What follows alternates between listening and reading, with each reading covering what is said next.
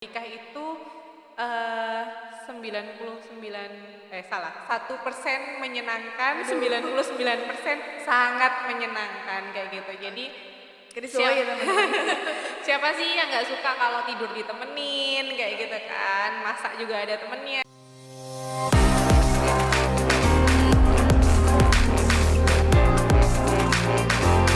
Assalamualaikum warahmatullahi wabarakatuh. Halo Motiver, jumpa lagi dengan aku Windy. Kali ini kita akan berbincang-bincang lagi bersama Ibu Ratih Paramita. Halo Ibu Ratih. Halo, assalamualaikum semuanya. Jadi pada kesempatan kali ini kita mau bahas tentang nikah. Yo, siapa nih yang mau nikah? Kayaknya banyak ya, calon. Jadi kita akan berbincang-bincang seputar persiapan pernikahan ya Bu. Yes, tentang persiapan pernikahan. Jadi simak ya perbincangan kita pada kesempatan kali ini. Kita mulai langsung aja ya Bu ya. Ngomong-ngomong tentang nikah dan persiapannya, sebenarnya apa sih Bu perbedaan antara persiapan menikah dan kesiapan menikah? Ini kan terdengar hampir mirip, tapi sebenarnya ada perbedaan nggak sih? Iya, jadi halo semuanya, ketemu lagi ya. Kayak hari ini dengan menggunakan baju yang sama dengan minggu kemarin gitu ya. Nggak apa-apa, kayaknya memang bajunya ini aja kayak gitu ya. Ya teman-teman, untuk kesiapan pernikahan ataupun kesiapan dan persiapan kayaknya itu memang mirip ya, tapi ternyata itu berbeda kayak gitu. Jadi kalau kesiapan itu adalah kita siap nggak sih kayak gitu, siap menuju sebuah perkawinan atau pernikahan, siap atau tidak kita sebagai pasangan, siap atau tidak kita sebagai istri, siap atau tidak kita nantinya akan menjadi calon ibu dan ibu kayak gitu. Jadi lebih ke arah kita dari diri kita sendiri, siap atau tidak kayak gitu ya. Nah, kalau persiapan itu lebih ke arah ritual.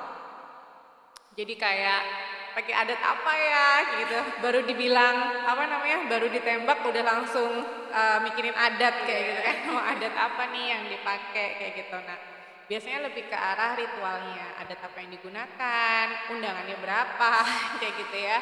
Makanannya gimana, souvenirnya kayak apa. Nah, itu adalah persiapan. Jadi persiapan itu lebih ke secara ritual kayak gitu. Sejauh ini itu yang memang saya ketahui, Windy, kayak gitu. Kalau kesiapan berarti lebih mengarah ke pribadi masing-masing gitu ya Bu? Persiapan diri sendiri.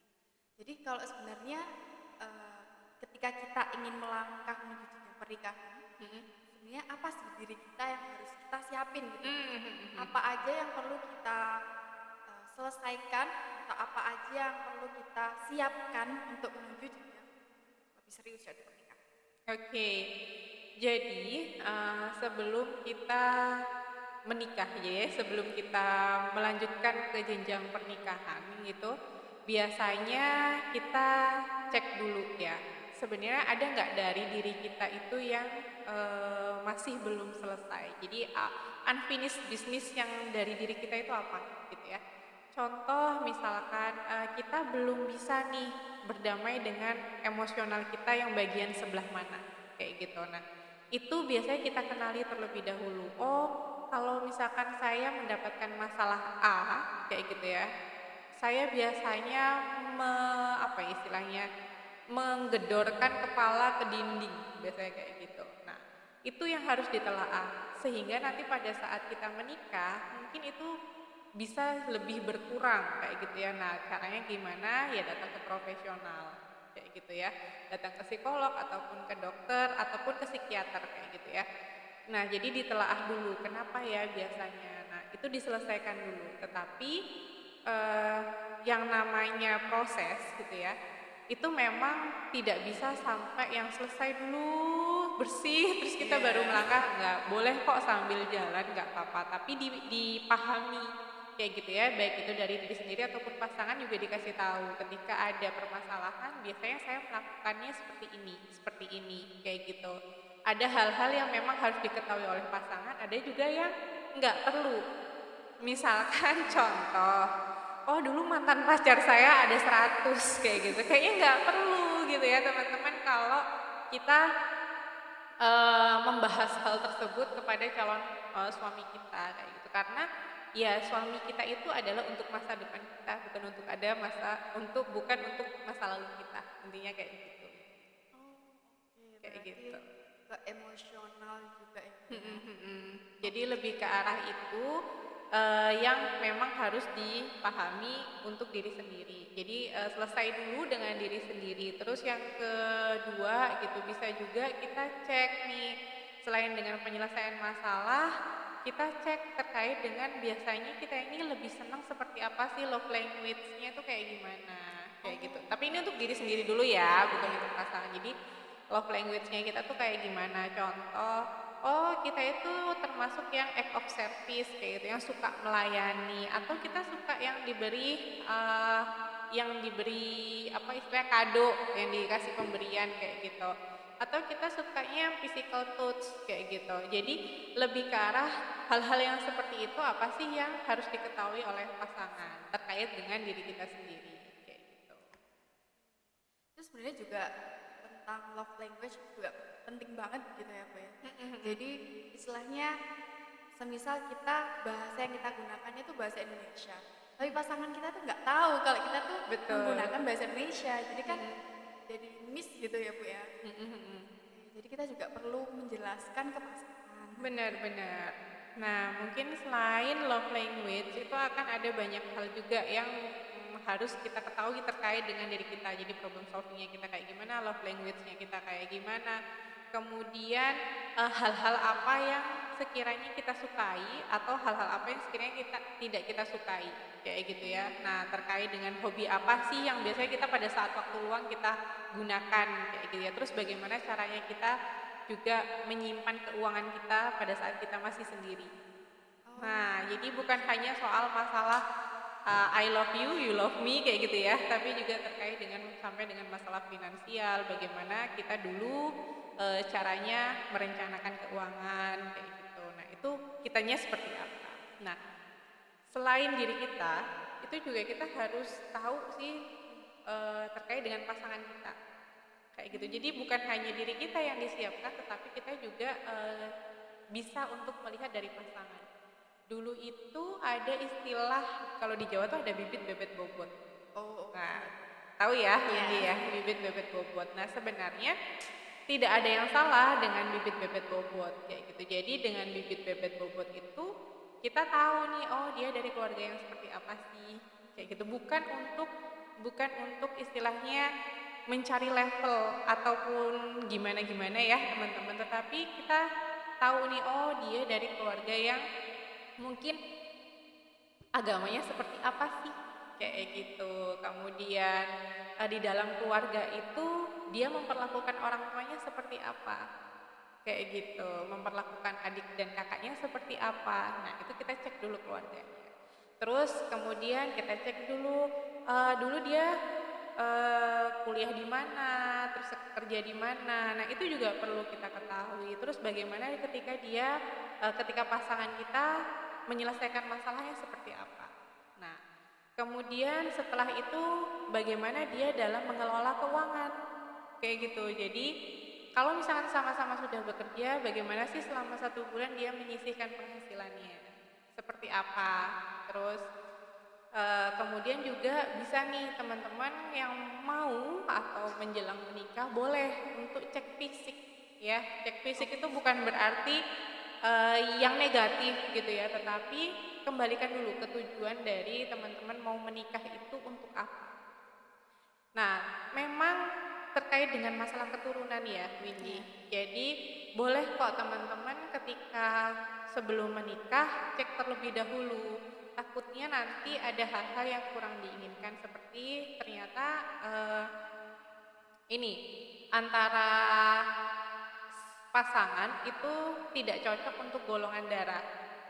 Jadi nanti mungkin akan berpengaruh kepada anak yang dilahirkan. Nah, itu bisa. Jadi dicek terlebih dahulu.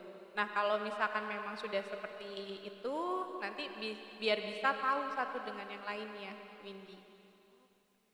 Jadi cek fisik itu bukan berarti apakah ada tompelnya di mana, enggak ya. Tapi lebih ke arah kita melangkah untuk yang lebih jauh. Jadi cek dulu apakah ada kelainan-kelainan yang memang diidap oleh kita atau oleh pasangan yang mungkin nanti ke depannya akan berpengaruh pada anak kayak gitu. Itu bisa jadi seperti itu. Oke, berarti sebelum melakukan sebelum melangkah ke jenjang pernikahan kita harus ngobrol dulu ya Bu ya. Ngobrol kayak gitu. Nah, kalau misalkan yang mengalami proses pacaran nih ya, kayak gitu. Mungkin nanti ketika menikah jangan kaget juga nih Windy. Kadang kan ada nih yang menikah, wah dia berubah ya ketika dia sudah menikah dengan saya. Nah teman-teman, mungkin tidak ada yang berubah dari pasangan ketika dia antara kita berpacaran dengan ketika kita sudah menikah. Itu sebenarnya sama aja orangnya, karena kita mungkin tidak 24 jam pada saat kita pacaran kayak gitu Windy. Jadi kita nggak ngerti nih, oh orang itu ternyata ngorok kayak gitu kan. Oh orang itu ternyata dulu waktu dia masih pacaran dia bisa on time gitu ya, tapi sekarang setelah menikah kok dia nggak bisa on time. Oh ternyata dulu masih dibangunin ibunya sampai segitunya. Nah kita kan nggak tahu karena kita tidak 24 jam dengan pasangan pada saat itu kayak gitu. Sehingga ketika kita menjadi istri, wah tahu nih semua seluk beluknya kayak gitu ya. Jadi setidaknya itu bisa dikatakan bahwa ya sebenarnya nggak ada yang berubah Windy kayak gitu, karena hanya memang fasenya aja. Dulu kita tidak selama itu kayak gitu kan, tidak 24 jam, tidak sekasur gitu kan. Nah sekarang sudah ke rumah, ke dapur, dia lagi kayak gitu kan. Mau ke depan TV, dia lagi kayak gitu ya. Jadi itu yang bisa diterima ya teman-teman. Jadi tidak ada yang berubah mungkin. Nah mungkin nanti setelah beberapa lama waktu, mungkin 5 tahun perkawinan, 10 tahun, berubah itu pasti ada gitu. Tetapi diharapkan memang yang lebih baik. Berubah itu dalam artian adjustment, istilahnya menyesuaikan kayak gitu. Jadi berubah untuk menyesuaikan kayak gitu. Kadang kita tuh ini sih suka sama orang, tapi sebenarnya kan kalau menikah kan menyatukan dua keluarga gitu. Betul. Tapi mungkin ya kayak kita masih muda begitu ya, usia muda, menikah muda. Kadang ya aku suka sama dia, aku pengen nikah sama dia. Kadang kita tanpa mengenali keluarga. Nah, gimana sih cara kita biar untuk menuju ke pernikahan itu kita juga perlu tahu loh menyesuaikan dengan keluarganya itu seperti apa. Itu bagaimana kita menyiasati yang tersebut. Mungkin ditanyakan aja terlebih dahulu. Jadi kayak misalkan kayak keluarganya dia seperti apa, misalkan ibu bapak kerja atau enggak kayak gitu. Terus ketika ada masalah misalkan, kan biasanya pasangan itu sering cerita ya gitu ya, pasangan itu sering cerita. Tanyakan kalau misalkan ayah biasanya ngajarinnya seperti apa, ibu biasanya ngajarinnya seperti apa, ibu biasanya perannya apa nih di rumah kayak gitu. Contoh, ibu biasanya ibu rumah tangga. Saya nggak berani ngomong cuman ibu rumah tangga ya, karena saya tahu ibu rumah tangga itu pekerjaan yang luar biasa kayak gitu ya. Ibu saya ibu rumah tangga, ya dia masak, dia ngurus adik misalkan. Oke, pernah nggak cerita sama ibu atau bapak gimana tanggapan mereka? Nah, hal-hal seperti itu yang memang perlu digali, tapi tidak dalam posisi seperti wawancara ya Windy ya. Nanti takutnya tegang gitu kan ya, jadi kayaknya saya lagi diwawancara nih untuk jadi mantu atau jadi calon suami kayak itu, enggak juga. Jadi istilahnya coba untuk ketika ada sesuatu bertanya dengan mengalir seperti itu, dengan pertanyaan-pertanyaan yang ada ya. Kalau misal si perempuannya ini kepribadiannya berbeda, mungkin dalam konteks misal si perempuan itu introvert, si laki-lakinya ekstrovert ataupun sebaliknya. Nah, untuk bisa adjust, menyesuaikan biar nanti nggak banyak percekcokan atau perselisihan itu bagaimana? Mungkin antisipasi. Iya, sebenarnya untuk ekstrovert introvert itu kan bisa disiasati ya, kayak gitu. Karena tidak ada bagi saya, menurut saya pribadi, itu tidak ada orang ekstrovert murni atau introvert murni. Jadi ekstrovert, introvert, terus apa lagi yang biasanya koleris kayak gitu ya, koleris dan lain sebagainya, itu tidak ada yang murni, pasti itu ada yang menyertai lainnya. Seintrovert-introvertnya orang, dia akan ekstrovert ketika dengan orang yang nyaman, kayak gitu. Jadi kita butuh tahu bagaimana caranya kita itu tadi mengisi energinya kita, kayak gitu ya. Contoh, ketika orang introvert dia bisa ekstrovert, namun dia tidak bisa dalam waktu yang lama, misalkan kayak gitu. Nah, biasanya ketika punya pasangan yang introvert itu ditanyakan, besok kita mau kesini, gimana, mau apa enggak, kayak gitu. Jadi ada proses ditanyakan, jangan mendadak kayak gitu. Jadi lebih ke arah itu, karena mungkin yang si introvert ini bisa mempersiapkan diri.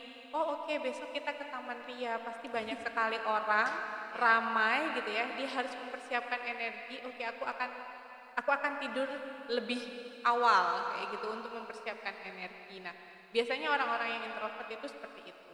Jadi balik lagi komunikasi ya, jadi komunikasi mau enggak kayak gitu. Nah, terus ketika dia sudah mulai kelelahan, kehabisan energinya dan perlu cas, itu kembalikan kepada love language yang biasanya digunakan. Jadi orang-orang dengan tipe-tipe introvert itu bisa jadi dia love language-nya adalah physical touch, yaitu dengan cara di apa, dipegang kayak gitu di bagian tubuh tertentu atau dielus kayak gitu, itu dia bisa nge-recharge energi. Atau bisa dengan diberikan waktu kayak gitu. Mungkin ini saya coba contohin dari Vidi Aldiano sama Dara ya.